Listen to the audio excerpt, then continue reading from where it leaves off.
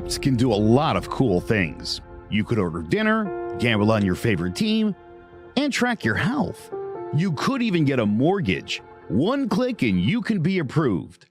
I'm not sure by who or what country they're in. You deserve more from the mortgage industry. At AnyMac Home Mortgage, we believe in the need for live human interaction during a very complex process. The kind of service and guidance which an app simply can't provide. Our customers are more than credit scores and income documents. They're individuals and families who live in and strengthen our communities. Their story is our story, and that story begins in a home. Chris Sawyer is an expert on providing superior customer service and in meeting the mortgage needs of current and future homebuyers. With over 18 years of experience in the industry, Chris is able to help customers migrate through the home buying and home financing process by using his wealth of knowledge as a well-qualified mortgage professional. And best of all, Chris is located in Cromwell, Connecticut, where he has helped hundreds of clients in Connecticut, Massachusetts, and Rhode Island make their dreams of homeownership a reality. Visit chrissawyer.any-mac.com. Email him at csawyer@any-mac.com or give him a call, 860-878-8730. Chris Sawyer, NMLS number 39345, corporate NMLS number 338923. AnyMac Home Mortgage is an equal housing lender. American Neighborhood Mortgage Acceptance Company, LLC. DBA AnyMac Home Mortgage. Low-Fi Direct. Connecticut First Mortgage Correspondent. License Lender. Broker number ML 338923. Massachusetts Mortgage Lender and Mortgage Broker License number MC 338923. Rhode Island License Lender. License number 2011280L. Call for additional details.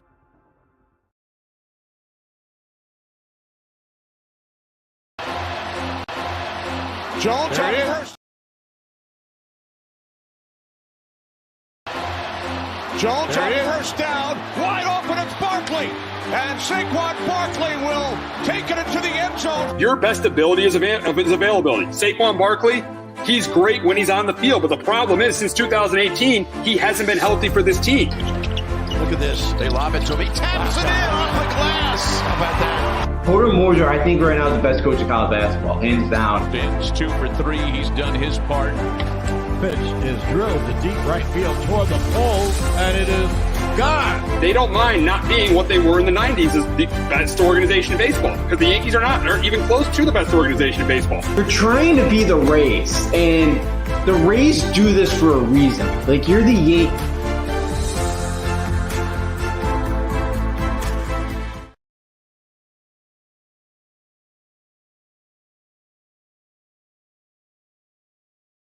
Welcome to Sports Talk with R&J. I am Steve Risser along with Justin D'Onofrio, and the baseball playoffs have begun. The division series has begun, and the Texas Rangers, they punched their ticket to the ALCS last night, and three more teams are looking to punch their tickets to the ALCS. But we'll start with today's games, and we'll start with the Phillies and the Braves. The Phillies winning Game 1, 3-0. And then it looked like the Phillies were going to go up 2-0 in game. It looked like the Phillies were going to go up 2-0 in Game 2, but the Braves came back at the home run by d'Arnaud in the 7th inning, and then the huge home run by Austin Riley in the bottom of the 8th inning to win that game for the Atlanta Braves. The Braves even the series up 1-1. And the big question is what do the Braves have to do now to go up front and win this series? And my first thing is they need Acuna and Olsen to start hitting. There's one hit combined between the two. Acuna and Olsen got to start hitting, especially in Philly. They're going to need them in Philly to hit. If they don't get them in Philly to hit, they're going to lose to the Phillies for the second year in a row. So Acuna and Olsen got to start hitting. Number 2, Elder needs to have a good start. They need a good start from their starting pitcher tonight because this is a tough place to play. Philly's a tough place. If they can get a good start from their starting pitcher, that increases their chance to win. And then number 3, they need to get Nola out of the game because if they can get to Philly's bullpen, as we saw on Monday night, if they can get to Philly's bullpen, their chances definitely increase on winning that game. And then again, it was the same thing applies in Game 4. Get the starter out of the game as quickly as possible. That's the biggest key when you're playing the Phillies. Yeah.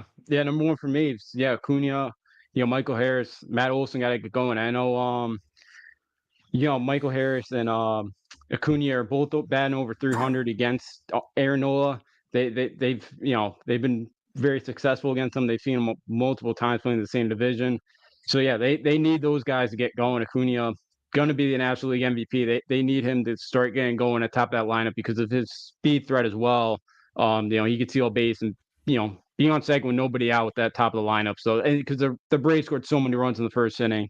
because of Cunha, the way he can get on base. So yeah, they need that top of the lineup going. Number two for me is that the bullpen kind of continues to shut down the Phillies. They've been pretty good so far the first couple of games here, and they got to continue to shut it down. The Phillies got a pretty good lineup, and usually runs in the playoffs are kind of at a premium, and especially because some of these starters don't go very long anymore. So, this bullpen's got to pitch well yet again, um, for the Braves, for the Braves here to kind of get a big win, and then third too is tonight with Bryce Elder. The pitching for the Braves, at the start at the top, um, you know, I know they just got Morin off the IL, but Strider, Freed, and now they need Elder to kind of go 5-6 innings tonight and kind of shut down this Phillies lineup and put them in a spot here. Because you're right, Philly's probably the toughest environment to play in the playoffs. Probably, I think so. Yeah, they need a good start from him tonight to kind of shut down that Phillies lineup tonight. It's very key for Atlanta to go off to a quick start because remember last year when they didn't, and Bryce Hopkins spiked the bat. Remember that bat spike he had in game 3, and then it carried over. You had the Real Muto's inside the park home run that all the momentum was on Philly's side the rest of the series. Getting off to a fast start for the Braves is so crucial, especially when you're playing in Philly. Yeah, it absolutely is. Especially the way they came back in game 2, all the momentum's kind of on their side right now. I know Philly got game 3 and game 4 last year when they played at Citizens Bank Ballpark. But if the Braves can kind of jump on them early, kind of get that crowd a little restless for the way it kind of ended game 2, where the Phillies looked like they were going up 2-0. Zach Wheeler was awesome. He had the no-hitter going the 6th, and then, kind of show. I saw a video yesterday. I'm not accusing the Braves of anything. There was a whistling noise. It sounded like it was coming out of the Braves dugout before those 2 home runs. So something to keep an eye on. I'm not trying to accuse the Braves or anything, but just something to keep an eye on tonight. If we hear that again, or if the Phillies kind of maybe try to change their signs, because I would assume they probably have seen it. But so if the Braves can kind of jump on them early, that'd be huge to kind of continue the momentum on their side. Absolutely. So this is a huge series. I think this is going 5. I think the series is going 5 either way, but I think the Braves end up winning it. I think the bullpen is the difference. Philly's bullpen is not. I don't think it's good is good enough to beat the Braves. So that's why I got the Braves winning this one in 5. Yeah, I'm gonna take the Phillies in 4. I think Nola. It's like repeat of last year. There, repeat of last year. Yeah, I think the Phillies find a way to kind of claw back. They have to win this thing in 4. If this thing gets to game 5, the Braves win it. They have to kind of sweep them right here at home. I think with that lineup, with that same core, I kind of be a little bit nervous if it was any other team, maybe besides the Astros, the way they lost. But I think this Phillies team that whole kind of cruise back. I think they figure out a way to win the next 2, and I think the Phillies find a way to go back to the NLCS. Yeah, we'll see. And it looks like they'll have a good chance to win the NLCS if they get there, because it looks like either of these teams be facing the Arizona Diamondbacks, who are up 2-0 on the Dodgers right now, and it's been horrible for the Dodgers. They've gone off to terrible starts. Their starting pitching has been terrible. They haven't been able to hit, so a really, really rough start for the Dodgers so far. And the big question for the Dodgers coming in and how they try to come back in the series, they need to get some sort of starting pitching. They have not had a starting pitcher make it out of the second inning. That is crazy. I don't know how you can't have a starting pitcher not make it out of the second inning. That is crazy. That's definitely got to change. And that means they need Lance Lynn to pitch well tonight. They need Lance Lynn to somehow pitch a really, really good game tonight, because if he doesn't, this team will be done, and their offense has got to be better. They've had 4 runs in 2 games. That just is not going to cut it. That's just not going to cut it. They got to start hitting. Yeah, they got it. I'm with you. The starting pitching got to be better. Kershaw, he's going to go down as one of the greatest pitchers in this generation. But man, the postseason's not been kind to him. Nope. And Miller got pounded the other night, and now you're kind of relying on Lance Lynn, who this for his first start against the Diamondbacks since 2020. So there's not a lot of familiarity going into this one with that D-backs lineup. So we'll kind of see. But they need to go 4 or 5 innings, because their bullpen, they've had to use it a lot the first couple of nights. So they're going to need it. And then, I'm with you with that lineup. They got Betts and Freeman.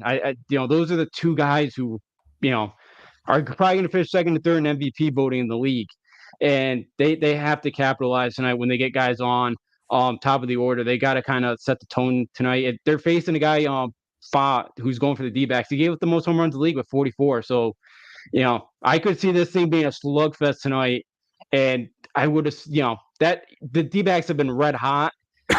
But like with that Dodger lineup, they could put up 8-9 runs tonight, and they might have to with Lance Lynn on the mound because you don't know what you're gonna get from them. Absolutely. And the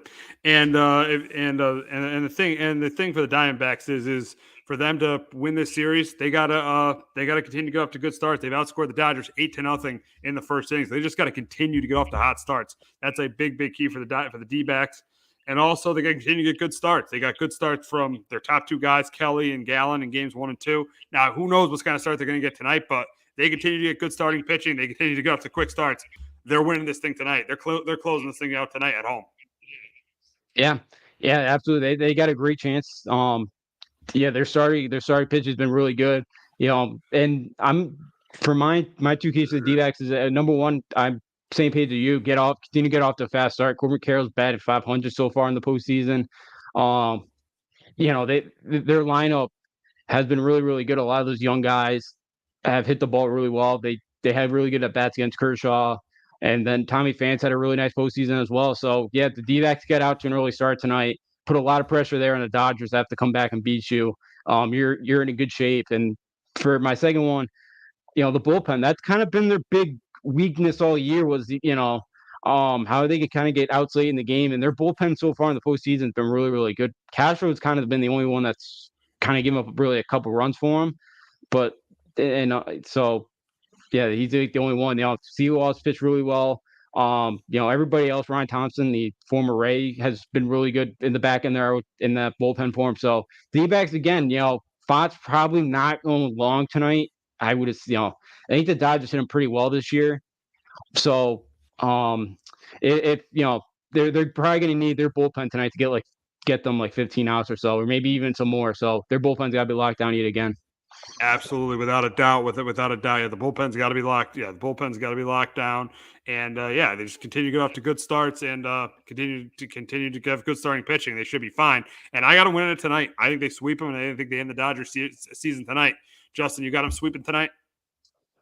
I'm going to say they get tonight, and they find a way to win Game 4. But Merrill Kelly would be the probable against Kershaw. Man, I hate to say it, but I don't trust Kershaw on a spot like that. Even against a Diamondbacks team that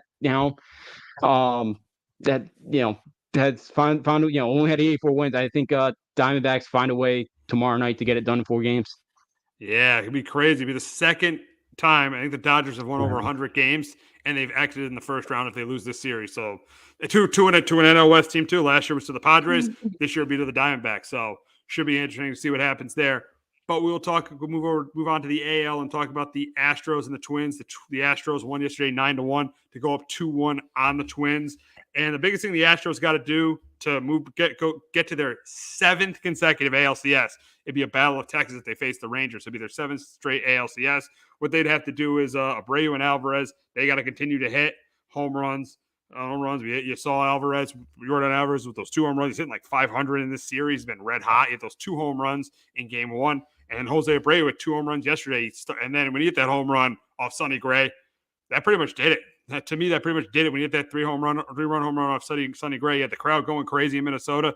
That pretty much did it when he hit that 3-run home run off of Sonny Gray. So if those guys continue to stay hot, they shouldn't have an issue and get another good start. They got a good start from Verlander. They got a good start from Javier yesterday. They get a good start from Urquidy. I think they'll be heading to their 7th straight ALCS. Yeah, for the Twins, I get Kyle Tucker. He's kind of top of that lineup. He really, he's only got 2 hits so far this postseason. He's kind of the one that kind of gets him going at the top of that lineup. And when guys kind of get on for the Bregmans of the world and Jordan Alvarez, who cannot get out right now, he's kind of the tone setter, I feel like, at top of that lineup. So I think they got to get him going, or he's got to get he's got to get a couple hits tonight in the top of the order. And then also for the Astros, last night I think they did a pretty good job of all their kind of scoring opportunities, but it's been something all year where, there's been a couple instances where they're up like, 6-0 and, they have opportunities. They kind of strand runners on and, the other team finds a way to kind of come back. And I think for the Astros, you got to kind of find a way to not waste scoring opportunities. The Twins are not a great offensive team, so if you can kind of put up 4 or 5 spot on them, it's going to be tough for them to rally. So for the Astros as well, Tucker and not wasting too many scoring opportunities. Yeah, absolutely. Now for the Twins to come back and win the series, first they got to get a good start from Ryan. They got to get a good start from Ryan today, just like they did from Lopez in Game 2. They get a good start from Ryan that would give them a chance to extend the series. Then Correa's got to stay hot against his former team. He was great in game 2 against them. He had 3 RBIs, he had some huge hits in Game 2. And then then they also need more guys than Correa and Lewis to step up. I think Correa and Lewis have like a fourth their RBIs in this series. So they need more guys. They need more guys to step up for that team if they want to advance onto the ALCS. Yeah. For the Twins, that offense right now, they're batting .219 so far in the playoffs. And yeah, you're right. Correa's come up with a lot of clutch hits, and Lewis has played pretty well so far as well. But yeah, other than that, Correa, I think is batting up there. And then everybody is like 289 or 389. And the rest of the team is at 250 or below. So they really need everybody else to kind of step up. It's, as I mentioned, it's not a great offensive team, but they got to get something going here. And, they got to cut out the strikeout. They strike out way too much as well. They just got to put balls in play. They got some speed on this team. So, again, it's always better to put the ball in play, make the defense have to make a play to get you out.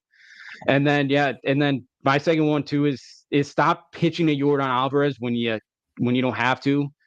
I feel like, too, it's a combined of, get the guys out in front of them. Don't let Yordan come up with guys on base, or at the very least pitch around him, because he's been absolutely killing you. And I felt like they did pitch him pretty well yesterday, and he just hit 2. He just got a hold of 2 pitches and drilled them. So, you got to either just put him on or just kind of pitch around him and see if he'll make a mistake, if he'll chase and make a mistake. So you got to be careful with Yordan Alvarez, and you got to get the guys out above him to make sure that you have the opportunity. And then, Joe Ryan's got to pitch well. And then, because I feel like if they can win tonight, you got Pablo Lopez. I know you'd be going up against Verlander, but the way Lopez has been pitching, he's not going to give up many. He's not going to give up many runs either. So, I feel like the Twins can get tonight, you got a chance. So they need a strong start from Joe Ryan. Oh, absolutely. Yeah, Joe Ryan has definitely got to come through tonight. And but I do think the Astros win this. I think the Astros are clearly the better team. I think they close it out tonight. I think the Astros get to their 7th straight League Championship Series, ALCS, and I got them winning it in 4. Yeah, unfortunately, I got the Astros as well here. I want to see the Twins win to be a cool story for them, but yeah, I don't trust the Twins offense enough, and the Astros, they just, even when they finish under 500 at home, they find a way to get back here, and it's just, they got the championship pedigree. So, yeah, I got the Astros moving on as well. Yeah, should be interesting to see what happens. But we got a big week 7 of college football. But before we talk about that, we are going to hear from our friends at JPEG Financial and Shamrock Home Inspections. Do you have a 401k and some savings for future retirement, but don't even know if it's enough to live off of? How much is enough? How often are you thinking about it? The team at JPEG's Financial Group can help set your mind at ease. We specialize in creating strategies in the planning and managing of your financial, educational, and investment needs. We help clients pursue their investment goals with sound financial strategies. You deserve a personal, tailored plan. Lasting, meaningful, and open relationships are the foundation of our practice. You've worked hard for your money and should feel confident in your investment choices as you make decisions for your financial future. Your goals are our goals. We are dedicated to your needs and hopes for your future. Visit our website and give us a call at 860-430-5397.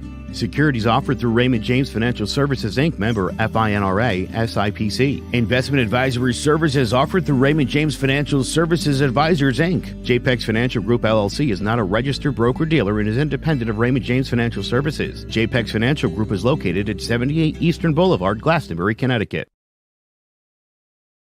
There's no bigger investment than home. There's no bigger investment than home ownership. And to make sure the house is up to your standards, you need a professional to look it over. Brian Flanagan from Shamrock Home Inspections is a licensed home inspector and a member of the Connecticut Association of Home Inspectors. Brian was a contractor for over 15 years, so he knows how homes should be constructed and how mechanicals should work. What makes me a good home inspector was the 20 years that I was a home improvement person, doing all the different repairs that I have done and what other people have done wrong that I had to go out and fix. So I have a pretty quick eye on seeing what's right and what's wrong. Before you move, call Shamrock Home Inspections. Before you make the biggest investment of your life, call Brian Flanagan from Shamrock Home Inspections at 860-268-2566 or visit shamrockhomeinspectionct.com.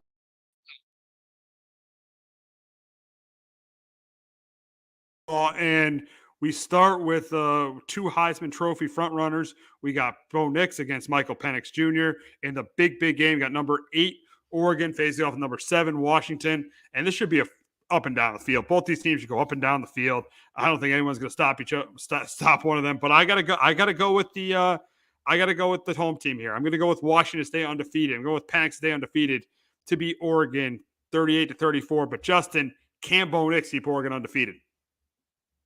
Same score as you, and I'm going with the Huskies as well, 38-34. I've been going back and forth in this one all week because I think Oregon up front's a little bit better, and I think they'll have more success running the football. But Bo Nix has looked a lot better since coming to the Ducks, but I still don't trust them to go on the road in Washington, which it's a very underrated hostile environment, Husky Stadium. It's not going to be an easy one. You saw them struggle there against Texas Tech as well on the road.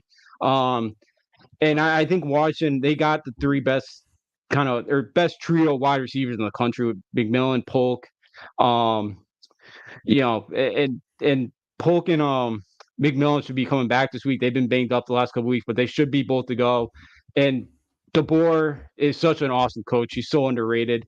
And, I think Washington passing game is a little bit better right now than the Ducks are. I think, up front, like if the Ducks can kind of run the football, keep the ball out of Penix's hands, I think they got a chance.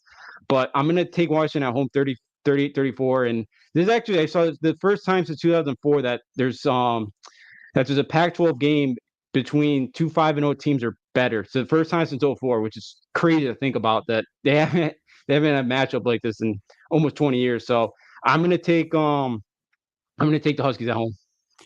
We got a big matchup in South Bend. You got USC heading to number 21 Notre Dame, and I don't get why Notre Dame is favored. I'm sorry. They have 2 losses. USC hasn't lost a game. They got a Heisman Trophy candidate, and the guy who won the Heisman last year, in Caleb Williams, a guy who could win another Heisman in Caleb Williams as well. I think this is going to be a competitive game. It's going to be back and forth. It's going to come right down the end. It could be similar to that game in 2005, that Reggie Bush game in 2005 with Brady Quinn and Matt Leinart going at it. But I'm going with the Trojans here. I'm going with USC to win this game. As I told you last week, until Notre Dame changed their academic standards, they ain't going to be competing for national championships. So that's why Brian Kelly made the smart move to get out of there and go to LSU. So I got USC beating Notre Dame 34-31. But Justin, can Sam Hartman and the Irish hand the Trojans their first loss? I think they do. And I think go back and forth. I think part of I kind of all right. So with Notre Dame, this is their 4th straight primetime game. They're 4 straight opponent playing a ranked team. They haven't had a bye yet. Their bye comes next week. They played in Ireland. I think this team you saw last week, where they're worn down right now, you saw it up front defensively. Louisville kind of pushed them around, and there's not heat for Marcus Freeman to get fired, but there's heat on him to win this game. Now, it's not his fault the way the schedule, and that's on the AD for the way they put the schedule together. But in Notre Dame, too, they wanted Utah's OC, Andy Ludwig. They didn't want to pay his buyout. They upgraded their offensive line coach. You could see it. Their offense is just boring, and they have to hit on big plays. And I think they do, and I think Sam Hartman plays well. It's going to be raining as well, which I think favors the Irish, where they're going to be more physical up front than the Trojans. And I think that's why the Irish win. With USC, Lincoln Riley, I've called out Jimbo for being stubborn. I've called out Dabo. I'm calling out Lincoln Riley. Get a defense. He doubled down on his defense again yesterday. He was doubling them down on him. They're never going to win a national championship. Oklahoma should be glad he left. Brett Venables is going to do a better job than he would have done in the SEC. I don't know if his defense coordinator, Al Grinch, has like blackmailed them where he can't fire them. I don't know what it is, but their defense is bad, and they're so bad up front. And again, if they didn't have Caleb Williams, they'd win. They'd be 7-5 with how bad that defense is. Do you think they're worse than Oregon and Washington? Oh yeah, I trust. Washington's defense isn't great, but I'll take Washington and Oregon in front of ahead of them. They can't stop anybody. They can't. He never does. They don't tackle. They never get better defensively. I can't take the Trojans. I can't. They're good. Good luck next year when you play Michigan, because they're going to lose by 30 like you did every time you play an SEC team in the playoffs, where they just absolutely mold you up front. And I've heard too the last couple of weeks, his strength and conditioning programs at Oklahoma stunk. You could see it. They and that's why I think part of it why Oklahoma was so bad last year, because Venables didn't have guys up front the way he wants to play.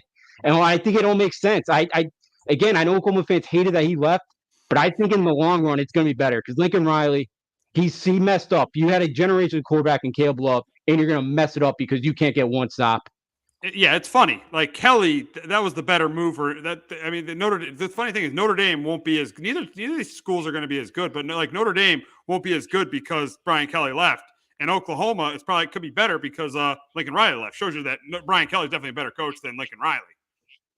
Yeah, that's a good point. Yeah, I haven't thought about it that way. Yeah, even Kelly made got a big one last week. Yeah, he's done a good job. Again, he's probably going to at some point win national championship there, just because of the other coaches that have won there. But yeah, with Oklahoma going to the SEC, I don't know how they compete against Alabama or LSU with the guys that they got up front, because Lincoln Riley's never going to get. He's too stubborn. Yeah, he's too stubborn to go get those guys. Again, that's his issue, and I don't know if it's the ego thing where, hey, I'm going to put up my offense is so good, I'm going to put up 45 against you, and I don't care if my defense gives up 40 because I know I'm going to outscore you. It doesn't always work when you play some of these offenses. Good luck, because this schedule coming up too for USC is brutal. You're about to face Oregon, Washington. I think UCLA at the end of the year too. So good luck to the Trojan, Lincoln Riley. He's too stubborn, and his stock, I used to really like him. I think he's still a great offensive play caller, but his stock as a head coach is starting to go down, way down. We'll stay in the Pac-12 as we got Cal and Utah going out this week. And this should be a game Utah wins easily. I got to win this one 27-10. I agree. You got the same. I don't think Cal's going to score much on that defense. Yeah, I got 24-7. I don't know if Rising's going to play, still up in the air, but I don't think it matters. I know they got some injuries to Utes defensively, but Cal's freshman quarterback, he made his first start. Fernando Mendoza played really well last week against the Beavers, made a couple big throws, but you saw a couple weeks ago Dante Moore, as first road start, going to that place. It's not easy as a freshman to win at Utah.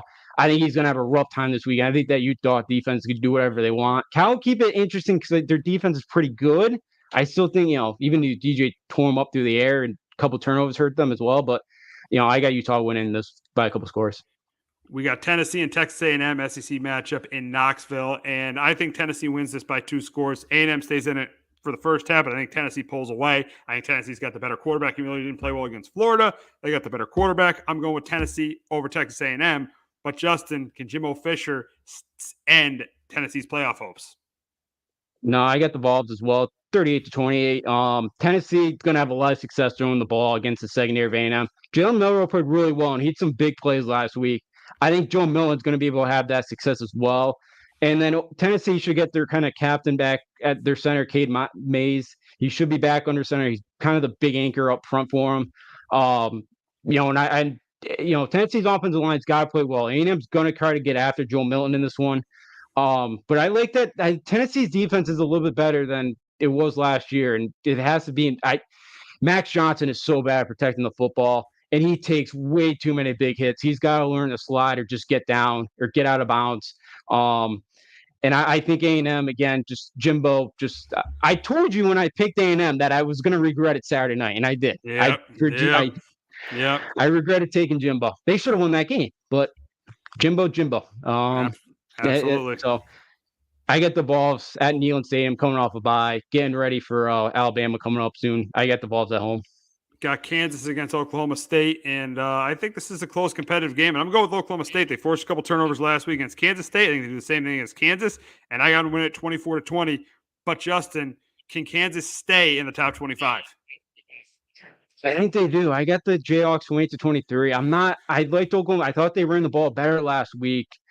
Um, they're gonna probably have some success against the Jayhawks this week. Jalen Daniels, he's still dealing with some back spasms, so I think it's gonna be backup quarterback Jason Bean again. But he's played so much football, like it's not, he's not as good as a runner as Daniels, but he's still pretty good quarterback. He's played a lot, so um, you know, Stillwater, it's always loud there. I just don't trust Oklahoma State's quarterback. I know Alan Bowman played pretty well last week. They've really struggled all year to run the football up till last week.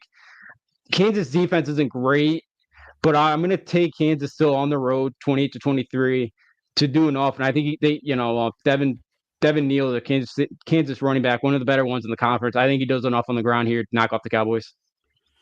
We got an ACC matchup between undefeated Louisville and Pitt, and I think Louisville wins this one. I think they win it by 2 touchdowns. I think they were very impressive last week. I think they continue to be impressive against Pitt this week. I think this thing is going to be a lot closer than people think.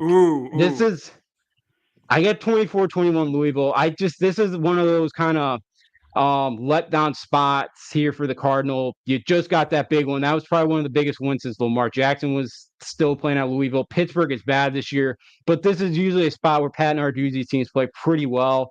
They benched starting quarterback Phil Jakovic. He's not playing tight end. They got Penn State transfer Christian Valera, who takes over at QB now. And Pittsburgh, 3 of the last 4 games, they haven't been able to total 300 yards of offense. They got blown out to a bad Virginia Tech team a couple weeks ago.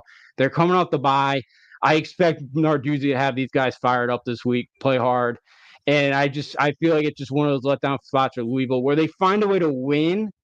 And I think Thrasher, has a big game wide receiver. Plummer kind of, does enough, will make a mistake or two. I think Picky's close, but Pitt's so bad. I don't see him winning it, but I see it being close.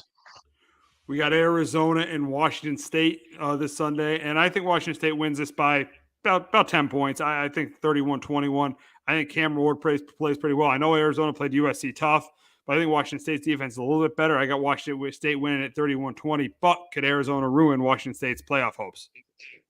I think Wildcats keep it close. I got them losing 30-34. Jed Fish has done a great job of fixing that program. Noah Fate, the redshirt freshman, played last week for Jaden Delore. He's been hurt. And I thought he played pretty impressive last week. I know the Trojan defense stinks, but he made a lot of really good throws. I think Arizona's offense to keep him in it. I don't love the Cougars defense, and they're so one-dimensional as well. I think Cam Ward plays a lot better this week. UCLA's defense, I know we'll get to them, is they're very good. I expect a lot of points in this one. And that's why I got Cam Ward. He'll make a couple more big plays than 5 in this one. The Cougars survive up in Pullman. We got Auburn and LSU going at it this week. I think this is gonna be a game. I think LSU wins. I think they win it convincingly. I got LSU winning this one. I got them winning it by 3 or 4 scores. I got them winning 48-24. I think Jaden Daniels has a huge game, and I think Auburn, Peyton Thorne, I don't think he keeps up with Jaden Daniels. I got LSU winning this one big. I got LSU winning this one 38-28. I think I know Peyton Thorne is not very good.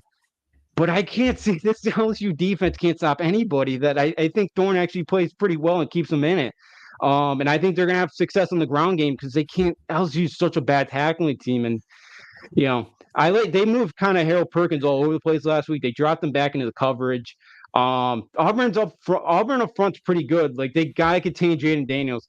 He's another one too that's gonna get himself killed because he does not slide. He takes a ton of big hits and he tries to hurdle defenders and. He's another one that he's got to be careful.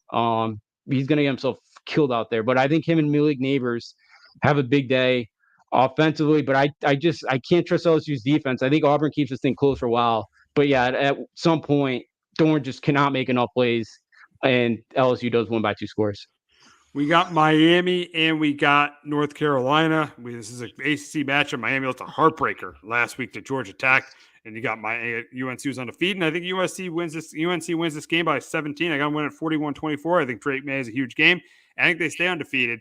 But Justin, can the Canes bounce back after their horrible loss last week? I don't know. I don't think they will. You saw the videos of those players on the bench, man. They were heartbroken. And That's not the first time Cristobal's not taking a knee when he should have.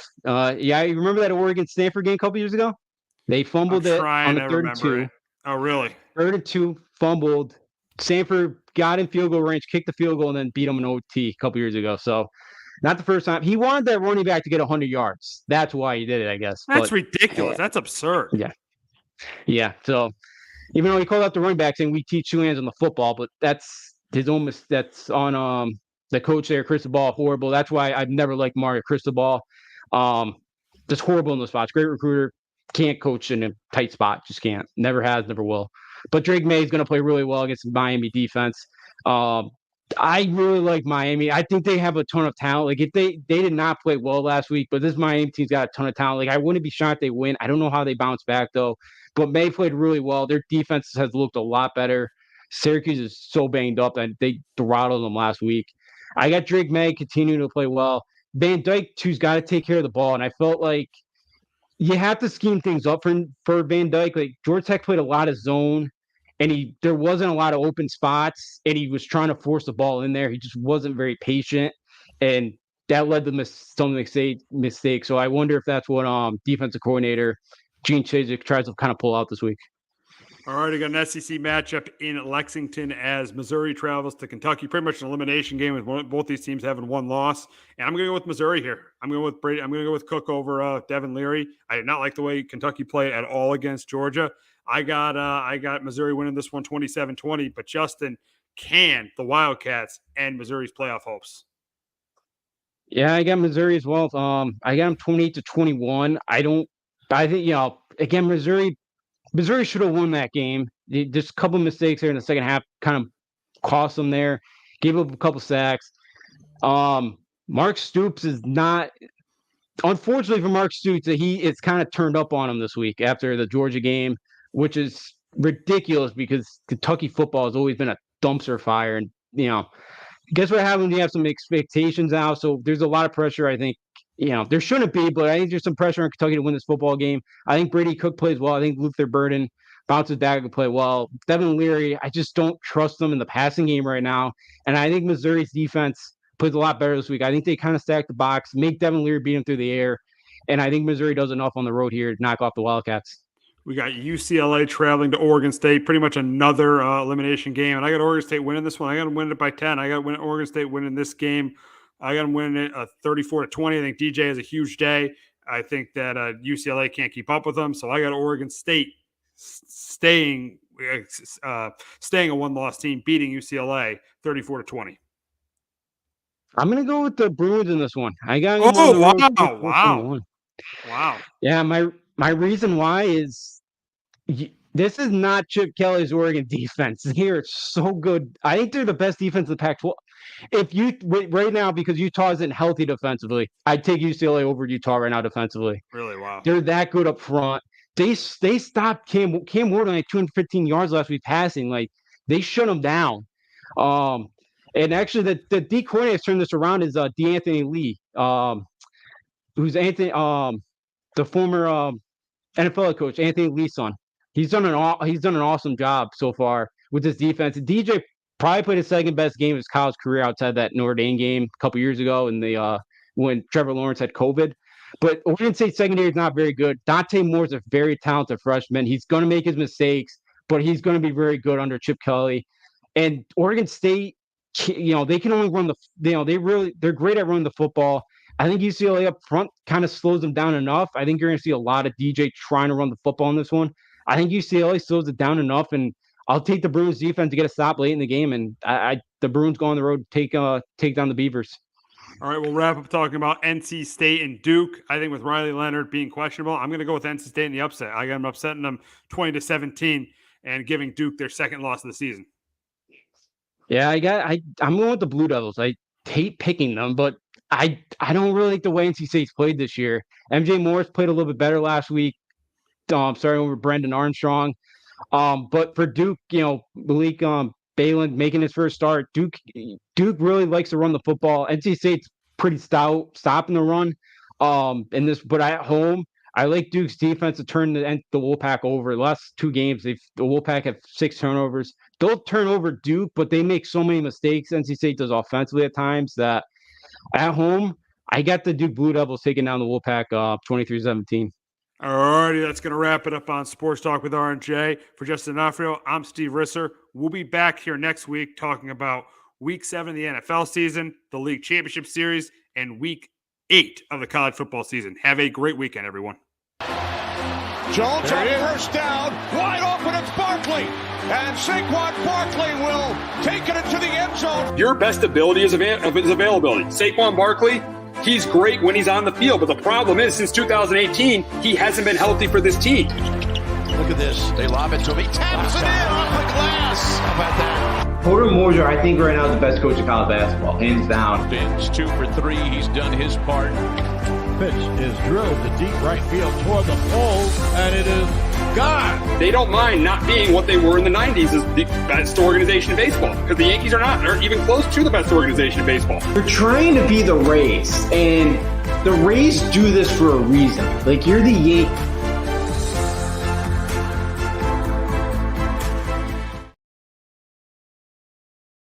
Hello, my name is Joe Aguirre. Hello, my name is Joe Aguirre.